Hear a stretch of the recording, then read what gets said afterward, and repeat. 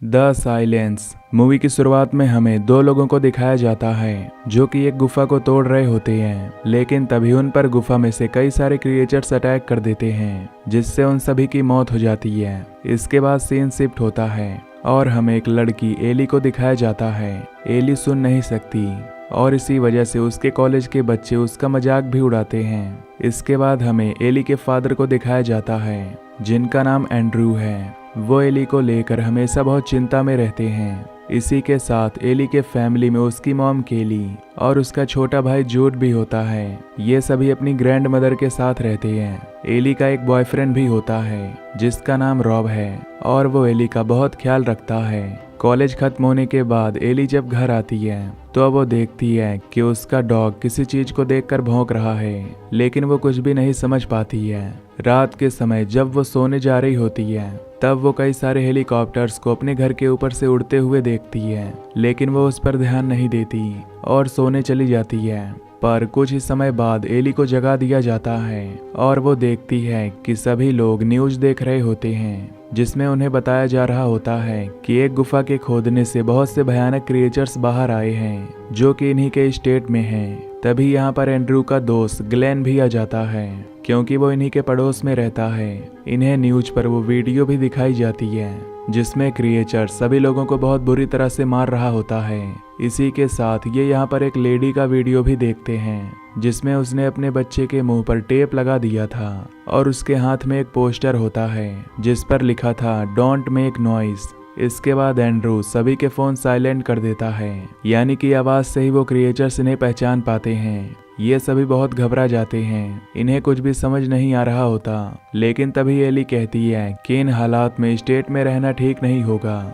इसलिए एली की grand mother जो कि बीमार थी वो अपनी दवाइयां भी रख लेती है। अब ये सभी डॉग को लेकर वहां से निकलते हैं। साथ ही ग्लेन भी इनके साथ होता है जो अपने साथ सभी हथियारों को लेकर रखता है। इसके बाद हमें एक मेट्रो स्टेशन दिखाया जाता है जो कि पूरी तरह से खराब हो चुका था। यहाँ पर एक मेट्रो होती है जिसमें कई सारे लोग फंसे थे। ये सभी बिना कोई शोर मचाए शांति से बैठे होते हैं और शायद इसीलिए ये अभी तक जिंदा बचे हुए थे।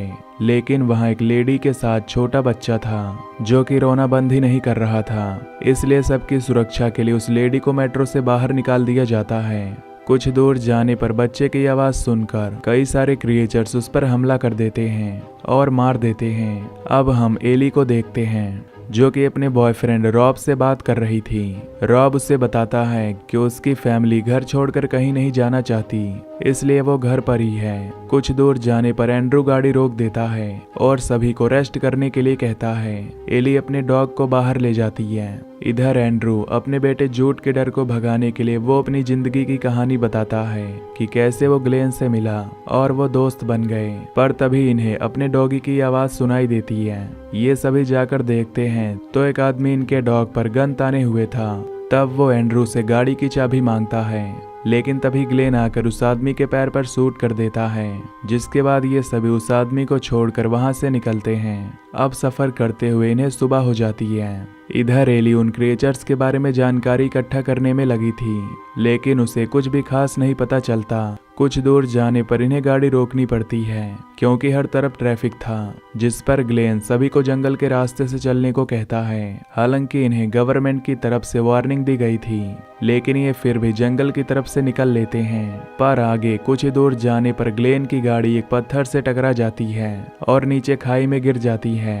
एंड्रू और सब जाकर देखते हैं तो ग्लेन गाड़ी के नीचे दबा हुआ था क्योंकि उसका पैर फंसा हुआ था, इसलिए वो बाहर नहीं निकल पा रहा होता। एंड्रू जो हर तरीके से ग्लेन को बाहर निकालने की कोशिश करता है। इधर केली एम्बुलेंस और फायर डिपार्टमेंट को मदद के लिए कॉल करती है, लेकिन कोई भी उसका जवाब नहीं देता, जिस पर ग्लेन कहता है कि इस समय सभी डिपार्टमेंट बाकी लोगों की मदद में जुटे होंगे, इसलिए वो अभी यहाँ नहीं आ सकते।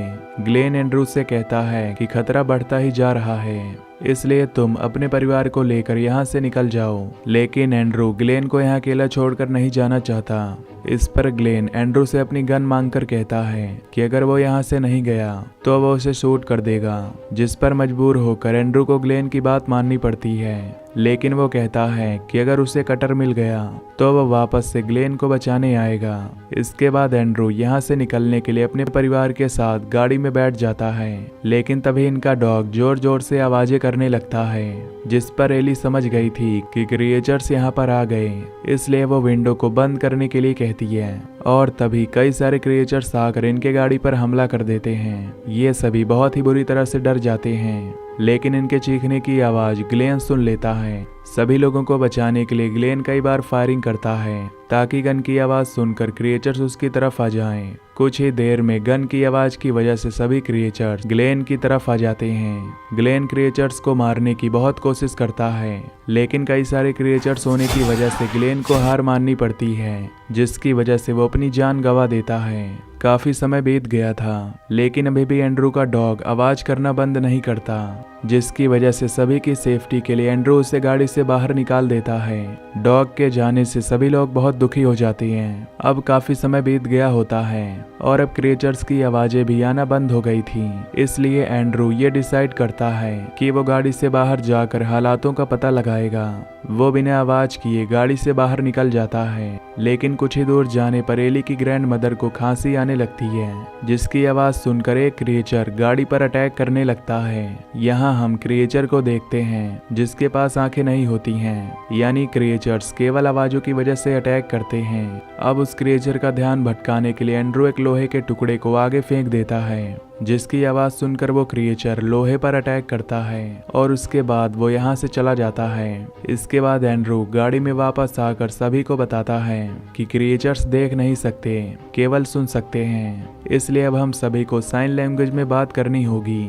वो कहता है कि हम यहाँ पर ज्यादा देर तक नहीं रुक सकते, इसलिए रात होने से पहले हमें रुकने की जगह ढूंढनी होगी। इसके बाद एंड्रू लाइटर लेकर ग्लेन के पास जाता है। वो देखता है कि क्रिएचर्स ने ग्लेन को बहुत बुरी तरीके से मार दिया है। इसके बाद वो गाड़ी में आग लगा देता है। गाड़ी में हो रहे ब्लास्ट की वजह से सभी क्रिएचर्स गाड़ी के पास आने लगते हैं और इसी मौके का फायदा उठाकर एंड्रू अपने परिवार के साथ वहां से निकल जाता है। आगे कुछ दूर जाने पर ग्रैंड मदर को सांस लेने में तकलीफ होने लगती है, जिसकी वजह से ये सभी लोग एक जगह रेस्ट करने के लिए रुक जाते हैं। यहाँ पर एंड्रू एली से माफी मांगता है, क्योंकि वो अपने काम में बिजी होने की वजह से कभी भी उसे समय नहीं दे पाया था। तभी जूड अपनी दूरबीन से कई क्रिएचर्स को देखता है, जिसके बाद इन सभी को यहाँ से निकलना पड़ता है। आगे कुछ दूर जाने पर इन्हें एक घर मिलता है। ये गेट खोलने की कोशिश करते हैं, लेकिन गेट बंद होता है, पर गेट पर लगे बेल की वजह से घर की ओनर बाहर आती है। वो एक ओल्ड लेडी होती है, उसे क्रिएचर्स के बारे में कोई भी जानकारी नहीं थी, इसीलिए अब फायरिंग की वजह से कई सारे क्रिएचर्स उस पर हमला कर देते हैं, जिससे कि उसकी मौत हो जाती है। यहाँ पर एंड्रू को घर के अंदर जाने का एक रास्ता मिल जाता है। वो कहता है कि पहले वो अंदर जाएगा और फिर उसके पीछे बाकी सब लोग आएंगे। अब वो उस घर के अंदर आ जाता है, जहाँ घर पूरी तरह से खाली होता है, इसलिए वो बाकी सभी लोगों को आने के लिए कहता है। इसके बाद एक एक करके सभी लोग उसके अंदर जाते हैं। तभी आगे जाने पर जूड के सामने एक सांप आ जाता है, जो कि तेज आवाज करता है, जिसकी वजह से एक क्रिएचर वहां जाता है और उस सांप को मार देता है।